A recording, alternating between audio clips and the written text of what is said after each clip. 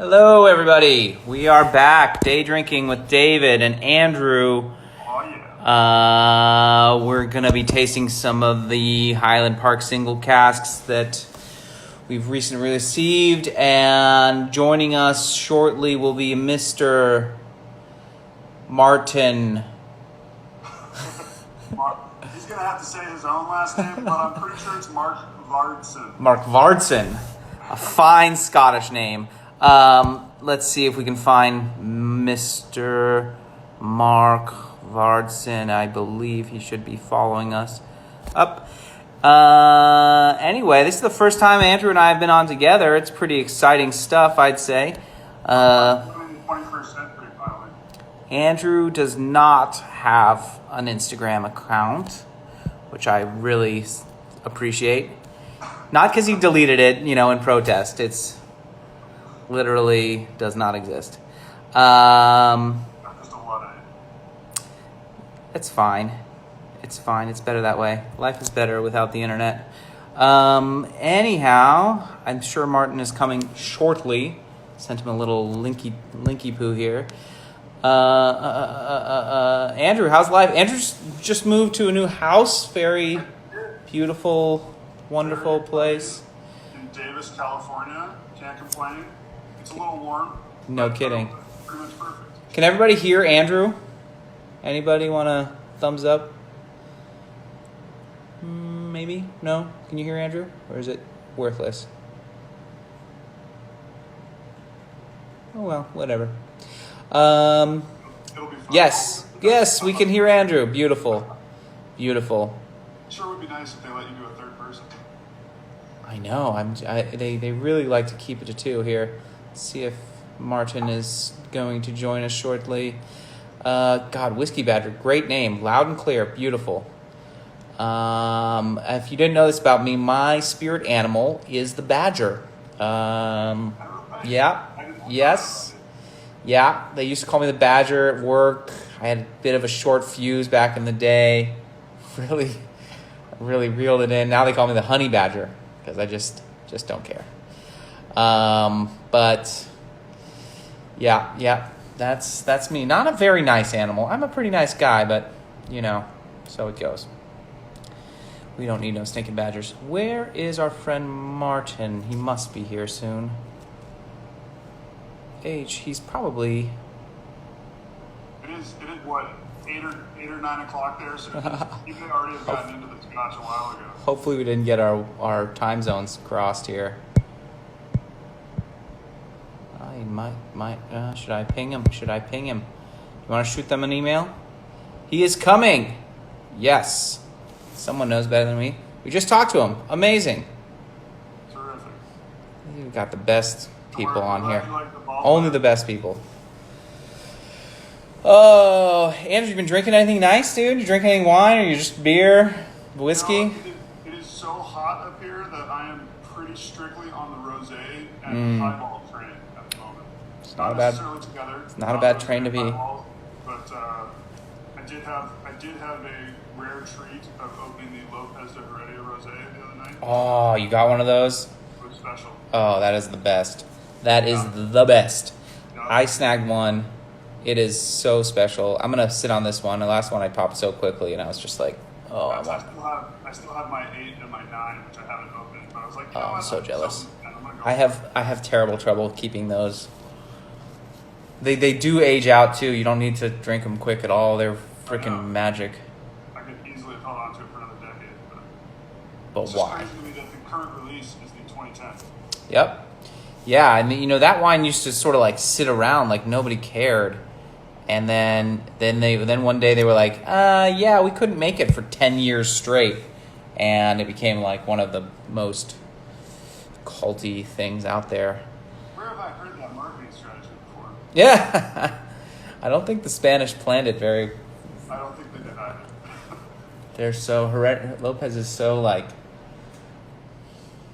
regimented. They only make it when they've got that extra juice. Very cool. And any good restaurants in Davis? I don't think so. They're Davis actually has a tremendous number of great college town eats. So okay. we're not exploring them in person, obviously. But No. Some good takeout. We did get some takeout sushi last night, which was Oh. nice from Kuni, Okay. right in downtown Davis. So Nice. very pleased with that. Did that with some Belvoir, a Magnum of Belvoir, actually. Such a classy guy. You guys housed a Magnum? We've been going big. My sister-in-law is currently visiting. So, Oh, good. Oh, good. Oh, there's Martin. the three of us for the Magnum. Hey! Okay, let's pull him up. Here we are.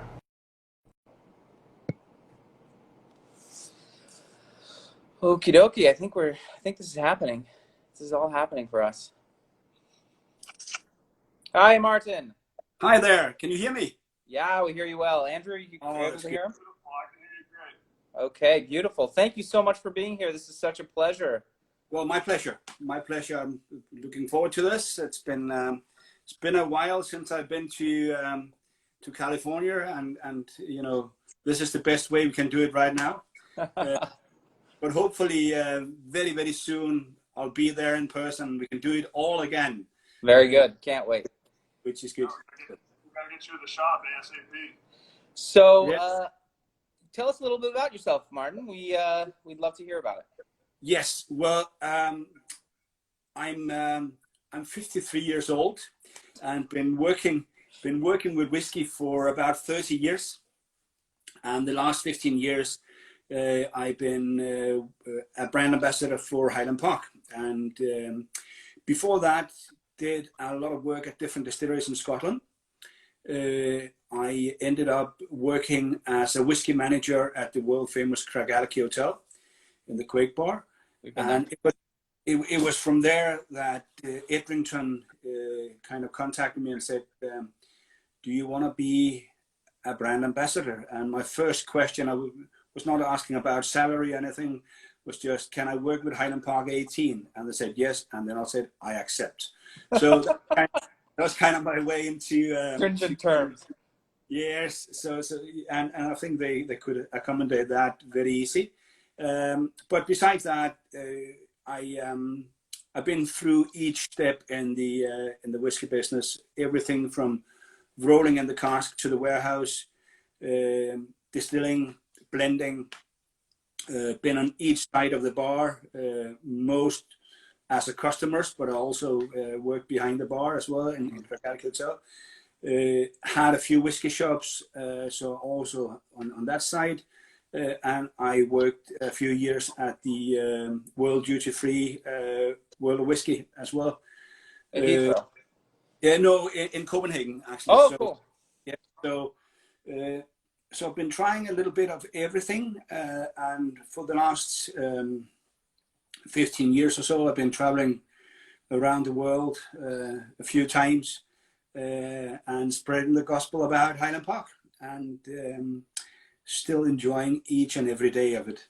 Well, Highland Park is one of the distilleries that I really cut my teeth on in this business when I was quite young, and Highland Park 18 was ridiculously inexpensive compared to the quality.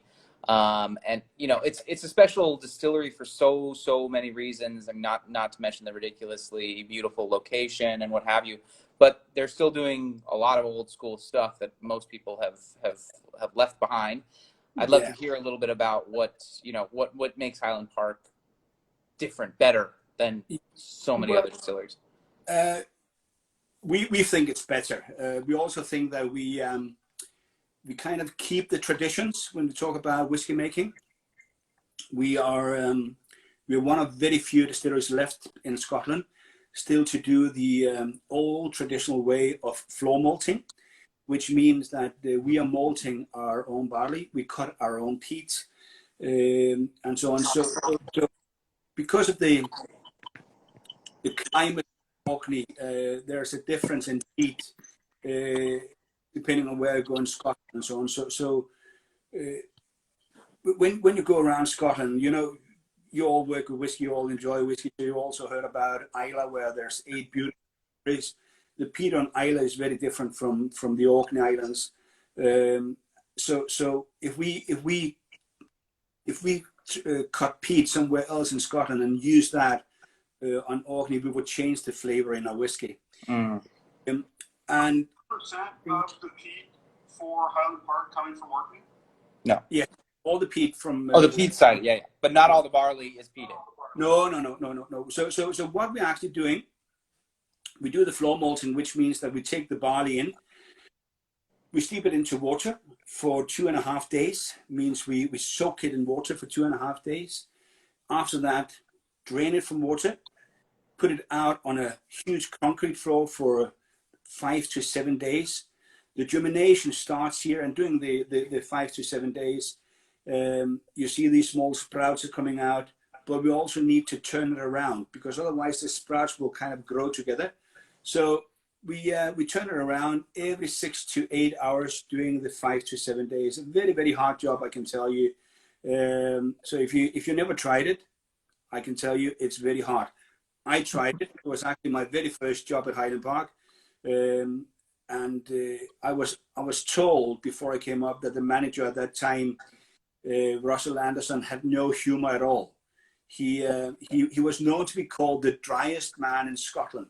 And I came up and he told me when I had to do the floor malting that it was very, very hard, and I would probably next day have very sore arms and back if I didn't drink a lot.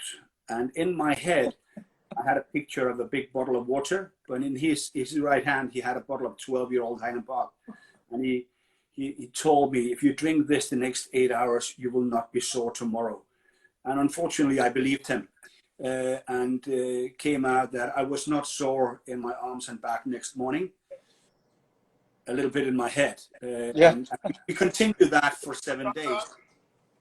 But it's a very hard job, and it's one of these things, you know, there's about 5 or 6 distilleries left in Scotland today still to do this this way. So it's a dying art, but we believe that it makes a difference. And when we have to dry the process, when we have to stop the germination, we use a local peat. And approximately 20 to 25% of what we use on a daily basis is malted at Highland Park on site. And then the rest will be unpeated and comes from Simpson. I didn't realize it was that high hand malted percentage. That's relatively high compared to some of the other distillers out there. Yeah. And so you're taking them hand malted barley and blending it with an unmalted, right? Is that and then distilling it, or are they distilled separately? No. It's everything we get is malted. We're talking about peated. Or I'm sorry, unpeated. I apologize. Yeah, of course. So what we do, we take our 20%, 25%, we mix it, and we're talking about the malt here. So the malted barley, we mix it with the 80% unpeated that comes from Simpsons. We do the mashing, and we do the fermentation, and then we distill. So that liquid is what we are using. That spirit is what we're using for 12, 18, twisted to 2, single casks, and these kind of things. But then we do every year, approximately 5-6 weeks, we are cutting down for production of what we normally do. And then we make 100% peated malt. Right. That means we distill on that, and that goes into casks in a separate warehouse. And at the moment we use it for special editions like Valfather, Valkyrie, Valknut, some of those, where we use a percentage of the high peated malt in those bottlings. But as a way to augment the flavor in those particular batches, to kind of raise the smokiness and the peatiness of it. So, but if we talk 12, 18, twisted to 2, and so on, it will be the 2080 liquid we're using. So we call it sort of a medium minus peat level, like not heavily peated, but very unique flavor profile in the smoke. Did you have a question, Andrew? You were. Yeah. How long has that process been happening that way at Highland Park, where 5-6 weeks out of the year they make the full heavy peat? When did it start being done that way? When we started the heavily peated malt. Yeah. Yeah, well, that's about 8-10 years ago. We started the experiments with it. Mm. So it's not something we've done forever. It started as an experiment, and it turned out to be pretty good. When Marie Stanton came up about 3-4 years ago, she kind of perfected it, and you know, what could we do? And all the tests we did, we actually reached up to 90 ppm, which was way too high. So she kind of adjusted it. So we now we are around 38 to 45 ppm on what we put aside. So yeah. Cool. So would I be? I don't necessarily expect an answer here, but we might be able to reasonably expect in the next, say, 5 to 10 years, a heavily peated single cask option somewhere down the line for a special release. Well, I should be careful what I'm saying. Well, of course, it's a possibility. There's, you know, what we have aside now, we use in these special editions. But of course, we are looking into the future, and we will make special bottlings with 100% peated malt from Highland Park in the future. When, I can't say, but of course, it's something that Gordon Motion and Jason Craig, Gordon Motion, our whiskey maker, and Jason Craig, our brand director, are looking into, and it's something that we have in mind, that if it's good enough, if the liquid we have is good enough and ready to use, it's definitely a possibility that something like that would come out. Beautiful. Well, you know, we have unfortunately, I have unfortunately never been able to travel to Kirkwall. Although now that you guys are selling as single casks, maybe we'll have a good reason to. But you know, the lineup has long been considered one of the sort of benchmark island malts out there. I'd love it if you could take us through sort of, you know, what the 12 and the 18 are, and then talk a little bit about this, you know, the portfolio in terms of over the last several years. There have been so many of these incredible, unusual limited editions, and what does the future of the brand look like in that terms? I'd love to hear more about that. Yeah, well, our core range is spread quite wide. Part of our core range is Magnus, which you have in US, which is only for US.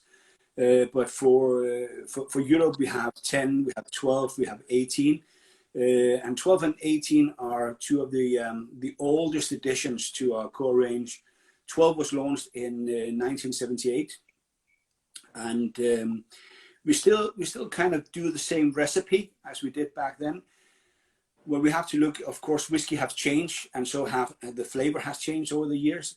But the 12-year-old is predominantly driven by European sherry oak casks. So there's a lot of refill in it as well, but approximately 25 to 30% of the cask we're using here will be first fill European oak sherry cask. When we go up to the 18, it's a little bit different. I'm sitting here with the 18, and I know it's one of the whiskeys we're going to talk about. So let's just talk about it right now. Yeah.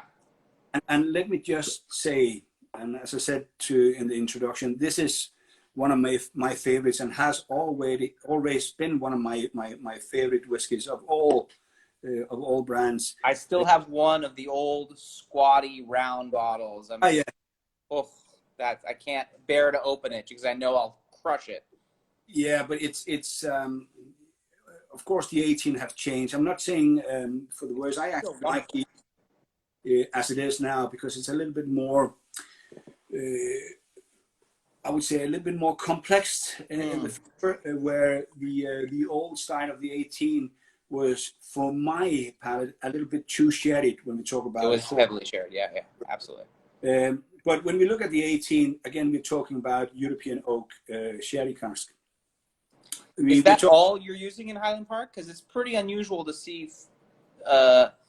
I mean, European oak, of course, is well prized, but we see it less and less. More of the American oak sherry. Is that typical for everything going in, or you said 25%? Yeah, built into that.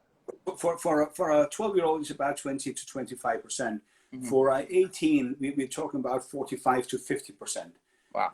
Of the content here. But throughout our whole core range, we are looking into sherry cask. We have changed some of them, like the 10-year-old. The 21 is now a mix as well, but used to be 100% American oak sherry casks. But sherry cask goes through our core range, and 12 and 18 is dominated by European oak, and the 25 as well, always. But when we talk about the 18, I would say this is kind of a whiskey where I like to use the word very, very balanced. And when we talk about balance in whiskey, these things that sometimes can be misunderstood a bit. When I'm talking about balance, it's a whiskey where the minute you get it into the palate, it's not too peated, it's not too sweet, it's not too sherried. It's simply just having everything that you want in a whiskey, and then it just fills your mouth. And the 18 does that. And one of the things I always get especially when I nose the 18, is some kind of nuttiness, fresh nut, and it changes a little bit on the palate. It goes into be a little bit more sweet and like marzipan.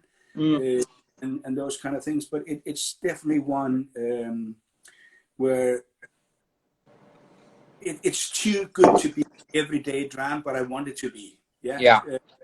So yeah, although it remains incredibly well priced compared, for the quality. I think Highland Park still offers incredible value in their core range in particular, and even with some of the special releases, which can be very expensive, but often are exquisite.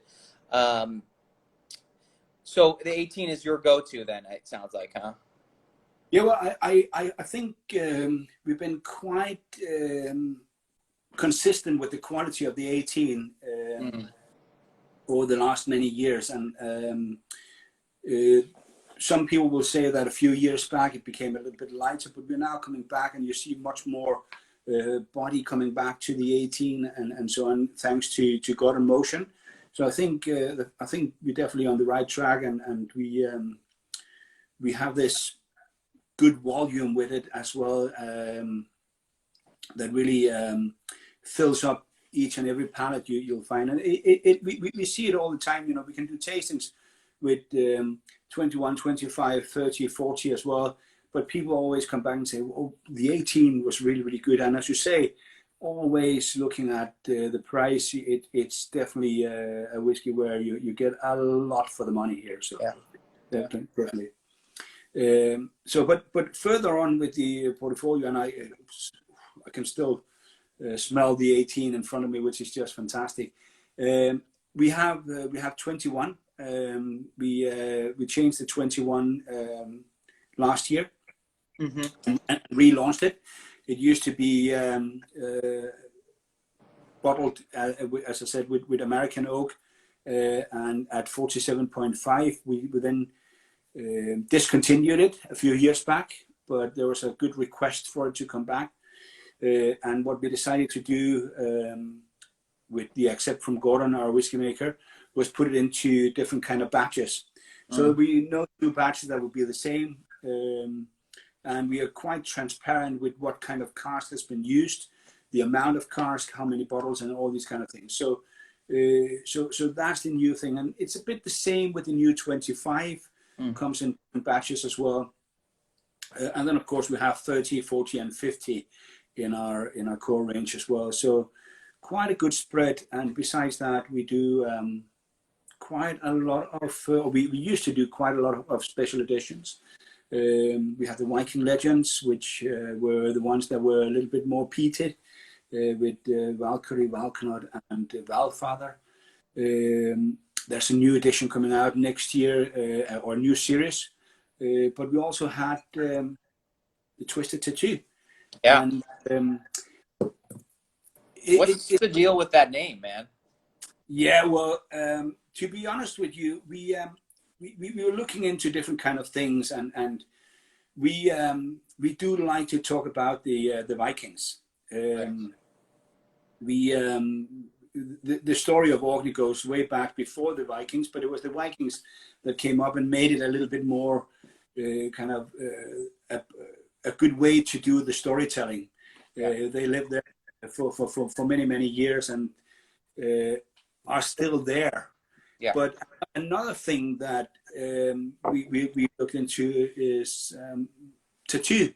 You know, it's kind of an art today, and you know, if you look at myself, there's not many spots on my body where I don't have a tattoo. So when we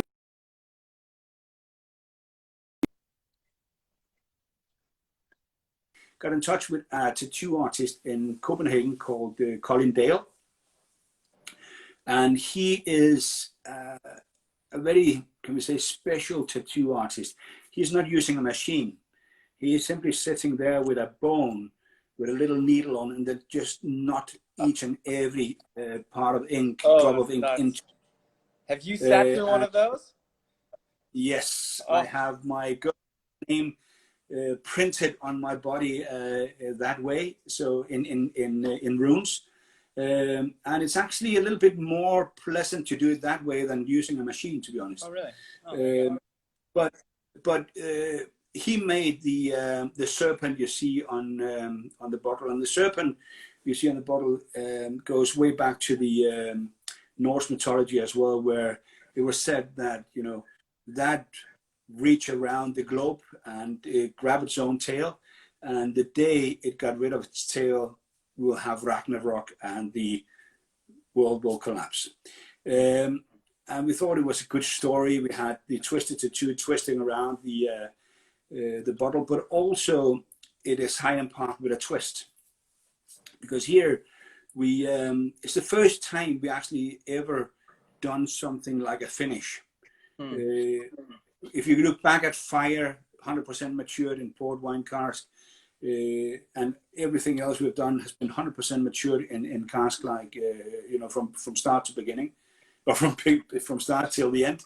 When we talk about twisted, we talk about maturing for approximately 14 years in bourbon cask. Those bourbon casks were then filled into Spanish Rioja wine casks and were there for 2 years. And then after that, watted together again with bourbon cask to get the final product here. Yeah, never seen that before. That's interesting. And with that, you know, you get a liquid whiskey here that is very different from Highland Park. And then again, when you come behind the winery flavors or the aromas, then you see the DNA of Highland Park appear. So first you get all these viney notes, you get some red and as well. But then when you come behind that, you see the Highland Park DNA slowly coming back with some of the sweetness. You get some of the peat coming out, and you definitely get the honey and the vanilla at the end from all the bourbon cask as well. So definitely a great dram as well, and we got so many positive feedbacks, and especially from the female side of whiskey drinkers that never really enjoyed whiskey, but with this one here, they absolutely adore it. So it's a good way to introduce Highland Park, but also a really good Highland Park for connoisseurs, because it's a good Highland Park with a twist. But it's a little bit more fruity and a little bit more red berries to it compared to normal Highland Park. Interesting stuff. Andrew, anything you want to ask? I would love to, you know, I'd love to know more about how Twisted Tattoo was created in terms of where the initial idea came from. I mean, it's got this great story to it to tell, but, you know, did the whiskey come first? Did the brand come first? Or the casks showed up and you said, hey, this is pretty wild stuff? Like, how long has that project been explicitly in the works in terms of, I mean, obviously it's a 16-year-old, but in terms of when those casks were laid down, the project hadn't been conceived yet, I presume, and when did the choice to move it to the Spanish casks and then back happen? How did that process take place? Well, I would say the finishing in the Rioja cask happened a bit before we decided to do this. But with Gordon Motion's skills, you know, he said, well, when we're talking about the two, why not make Highland Park with a twist? And we have those casks. He didn't particularly like the Rioja cask as they were on its own. So that's why he went back and he vatted it together with the fresh bourbon casks as well, and the liquid there. And that's why you get all these beautiful vanilla and honey notes as well. And then there's just this touch of wine. If we just took the Rioja cask, it would have been a little bit more winey, and actually we wouldn't have found the DNA of Highland Park in that sense. Mm. So we trusted Gordon in his way. Sorry? It's so rare for me that I find that a red wine cask finished whiskey holds up and really showcases the underlying spirit, and I feel like this has absolutely nailed it. So I'm really happy to hear that it was through just like, yeah, tasting it. I was like, yeah, this isn't quite right. What can we do to make this shine and to show kind of the importance of that red wine cask, but without overwhelming the underlying essence of Highland Park, which I feel like the integrity of the Highland Park brand is so great. Because of choices like that, and I feel like you can really taste it in that whiskey. Yeah, but you know, now and again, you as a distillery, you need to take chances. And when we did using port wine, it was kind of a chance we took as well. But with the skills of Gordon Motion and you know, the whiskey making he does, we are not that afraid of taking these small chances. But we do like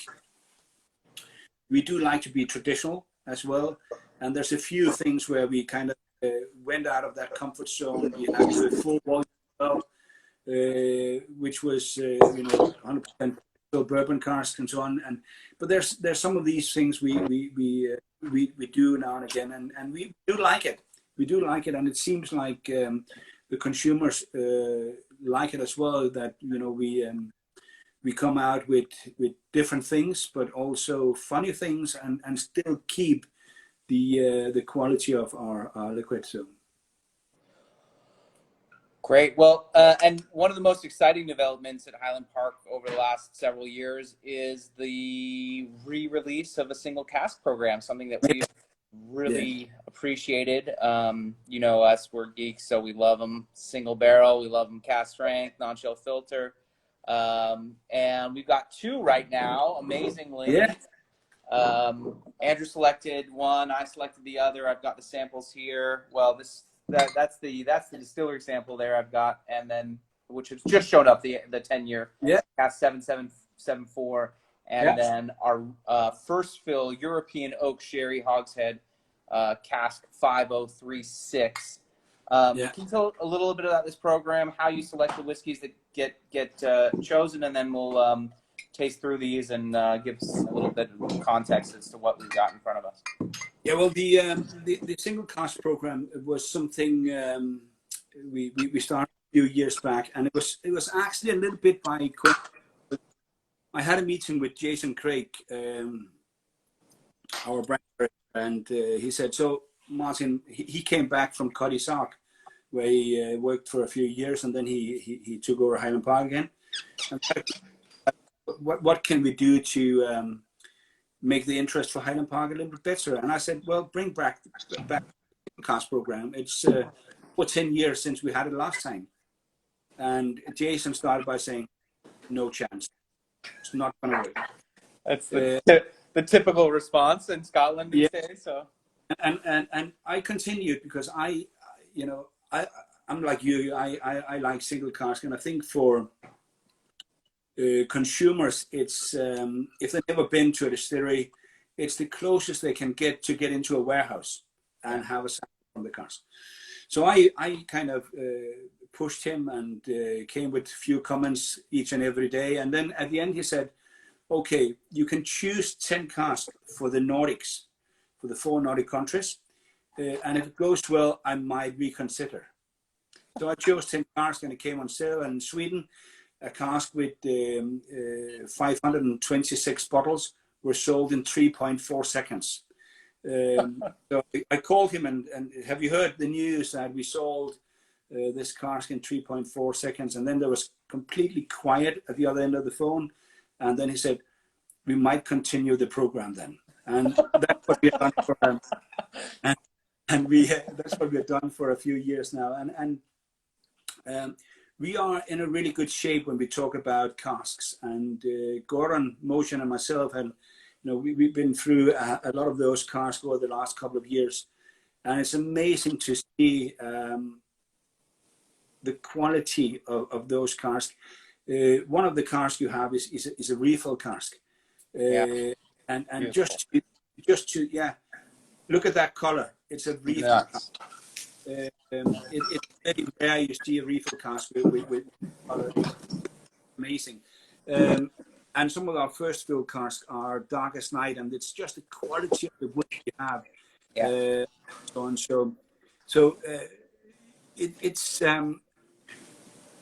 It's more today, to be honest, with Gordon in the lab.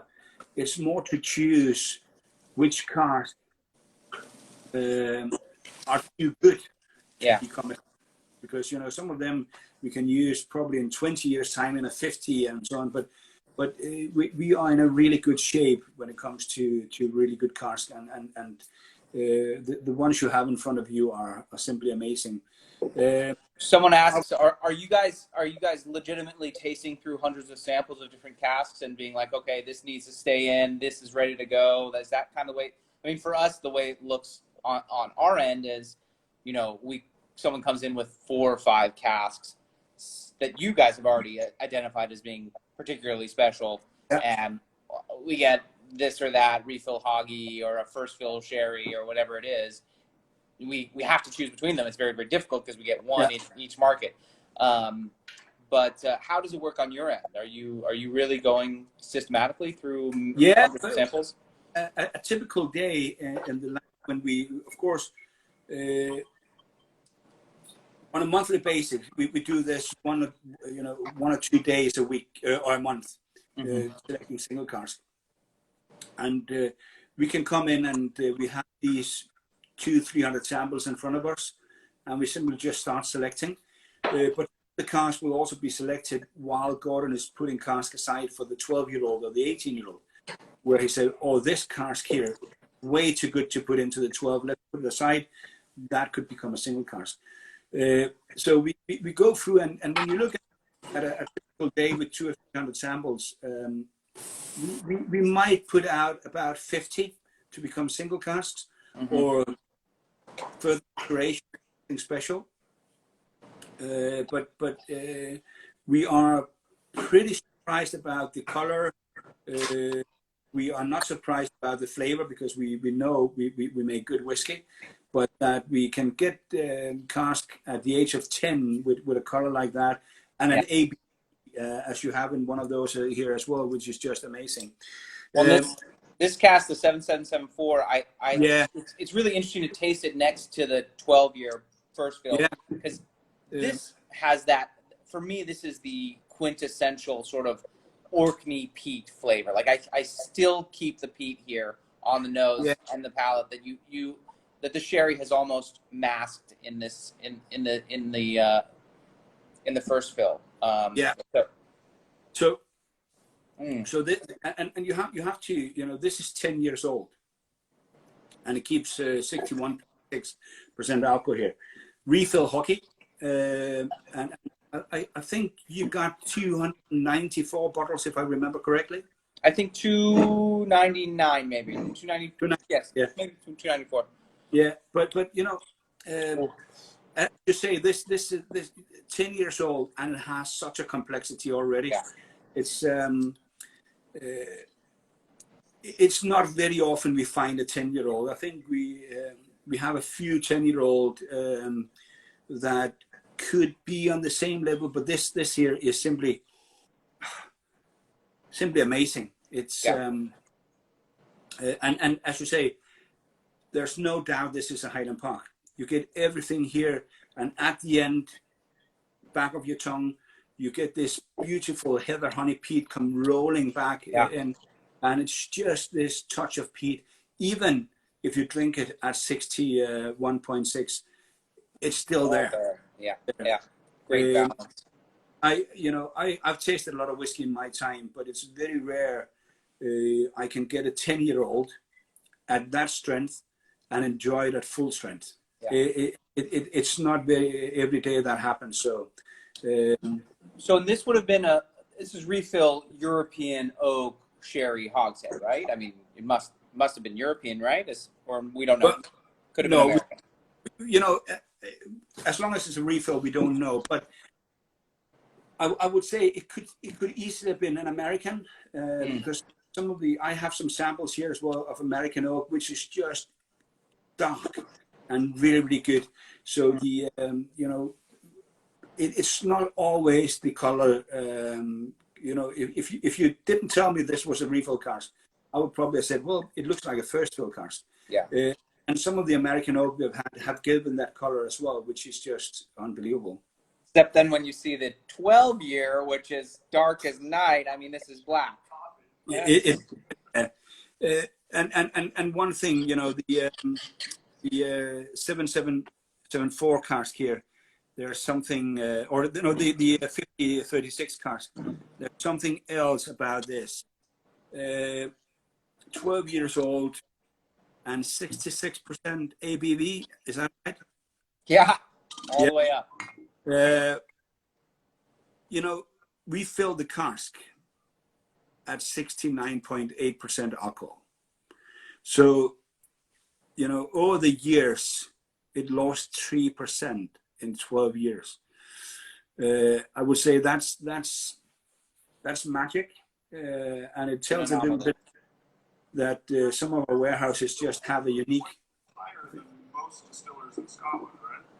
No, that's typical-ish. Yeah. Working more in like the 63.5 kind of range. Yeah, we used to way back. We used to do at 63.5 or 0.4, but because of the climate and a few other things, we decided to go back and fill the cask at full strength, and we can see, we have lots and lots of casks that are way over the 60%, but 66 is up where you think, my God, this will burn, but it doesn't.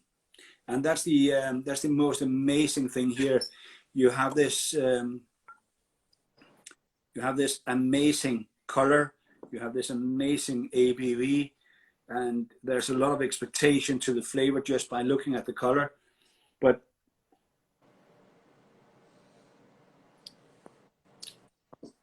of course, yes, you feel the alcohol, but there's so much flavor coming out as well.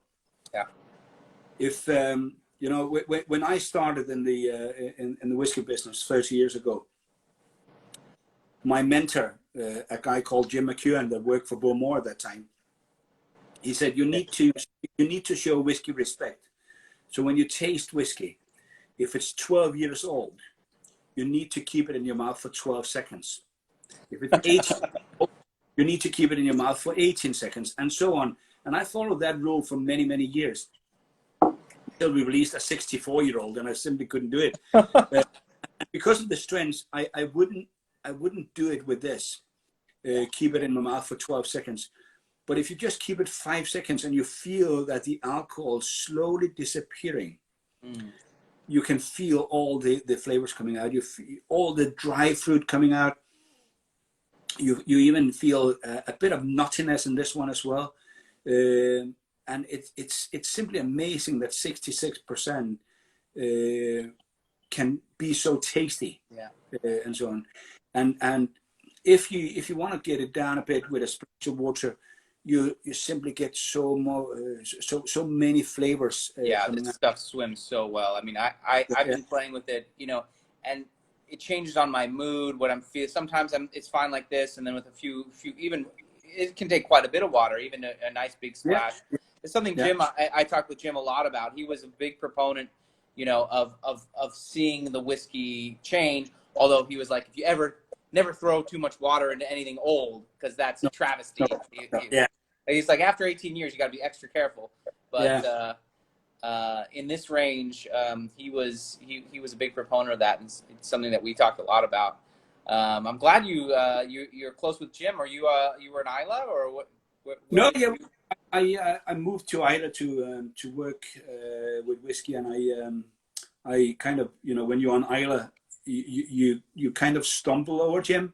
You know, he's everywhere, and we had a good chat, and he invited me back to Bowmore. Great. Where I went over and worked with him for a period of time, and then when he came to Bruglatic, I went back to Isla to work with him for a few months there as well. Wow. And I learned a lot from Jim. He's a legend, and we are still in touch on a regular basis. And he goes to some of the same festivals as I do, even though he every year shout out that I'm going to retire. But there's a few. I've never not seen him and not heard it. It's his last year in the business. Every time I hear it, see it. 4 times, 5 times. He's retired 100 times. He retires once a week. It's the best. He can't stay away. No, he's like a rock star. He makes his comeback every year. But we need people like him because it just shows the passion for whiskey that you can't really when you're in it, you will never leave, and that's the thing. So Jim's touched a lot of lives, and there's no better man to share a dram with. I'll tell you what, his stories. He's like one of those guys where you're like, this story's got to be made up. This has to be, and then someone's like, oh no, I was there, and it happened. You're like, no way. Does that mean everything he's told me is true? I can't believe it. No, Jim and stories is you can't mention Jim without thinking about stories. Yeah. And he has lots of them, and I think all I know all of them are true. I also think he makes them a little bit better because he's a good storyteller. But very good storyteller. But nevertheless, very few people have experienced what he has. Yeah. And even though I can continue with this job for the next 10, 15 years or so, or even more, I would probably never experience just half of what Jim did, because he was a pioneer within the whiskey industry, one of the first to travel around, and so I think he's one that everybody looks up to in the whiskey industry, and he is, as I said, a legend, and I hope he will be in the business for a long, long time. So. Well, Martin, you're a legend too, and we hope the very same for you. This has been such a fun chat. Andrew, anything else you want to ask before we say farewell? I got my questions covered. Other than, will you please pronounce your last name for us so we can get it absolutely straight? Oh, Markvardsen. Markvardsen. Yes. Easy. Perfect. Markvardsen. Very easy, yeah. Sure. So, where are you based? Well, I'm based in Denmark, about an hour and 50 minutes from Copenhagen, south, near the beach. My good brand director, Jason Craig, we talked about me moving to Scotland, but with about 175 to 200 travel days a year, it doesn't really matter where I live. Yeah. And this is where I have my girlfriend. This is where I have my son and my family. Yeah. So I need them when I'm not traveling and not talking about whiskey, but also. Well, it's not far to Scotland. You just pop over. There's a direct flight from Copenhagen to Aberdeen, which is just a jump to Kirkwall. So it's very easy, and Copenhagen is a good hub for the rest of the world. Direct flight to California as well from Copenhagen. So Whiskey Badger is asking us how many days are left of the push-up challenge. I have not done any push-ups, but I think it was day 7 today. So and I'm doing 25 days. So doing it with my dog every morning, and can see that on my Facebook. It's a good challenge, but it's I wish it could be 50. 50 push instead of 25. But there's a few days left. So you can do 50. Very cool, man. Well, it was great talking to you. Anything else you want to tell us about Highland Park before we say goodbye? No, I think there's there's a lot of things going on in Highland Park. There'll be a few new things coming out in near future. There'll be a cask strength coming into to US very soon as well, which will be part of our core range. So I think you should look forward to that. If you enjoy this one here at 66, you will enjoy the other one, the new cask strength as well. Right. Besides that, we are always on the move. We always have stories to tell when it comes to our whiskey, and that's one of the things we love to do. So just to keep an eye and your ears open, and you'll hear Highland Park. And then I hope that very soon all this will be over and I can be back in Cali and say yeah, we can't wait to have you and actually share a dram and bring you out, meet our customers. So great. Good. It's got to happen one day, right? Can't go on forever. Yeah. So, all right, man. Thanks so much. Well, thank you, guys. What a pleasure. If we don't see you in California, we'll see you on Orkney. Can't we? Yeah, exactly. Yeah. We're coming to you. We'll come to you. Oh, I would love that. I would love to show you around. Yeah. And send us some more single casts. We're ready. I'll do my best. Thanks, my brother. best. Be well. Thank you. Take care. Bye. Bye-bye. Bye. Okay, guys. What a fun day. Andrew, pleasure to see you, buddy. We got a couple questions. What's something you'd like to the future excited to have? Oh, well, it's all gone. We hope for more single casts. That's what we want. We love that. More single casts, and I'm counting down the days until a fully peated Highland Park comes out. Yeah, that I want to talk about that. Valkyrie has got a little bit more of the hand malted barley, and this 10-year. I mean, this is definitely one of the more peated modern versions. I'm convinced that this has a little bit more of the hand malted in it than because you don't get that same, even with the 12-year, that peat level is way lower. So it's covered by the sherry. Yeah. Although with only 25% European oak sherry, I wonder if this is a different, or maybe just this production day. Some, with the hand malted, some days are peatier than others, and you blend it up, and you just got a little bit of a heavier peat.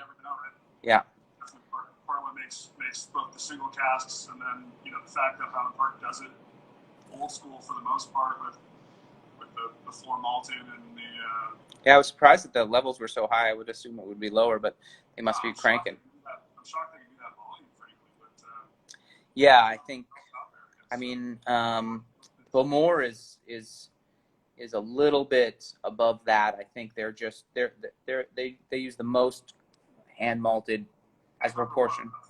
30%. I think it's right around there. Yeah, maybe a little bit less. So it must be close. And Balvony's way lower. Springbank's the only one, of course, using 100% hand malted. But we all know that story. All right, guys. Well, thanks for coming out. We'll see you tomorrow for, I forget what I'm doing. Oh, Glendronach, Stuart Buchanan. Should be a fun one. And yeah, there's not much of that 11-year left, by the way. So jump on it. All right. Thanks, everybody. Take it easy. Thanks, guys. Bye. Bye.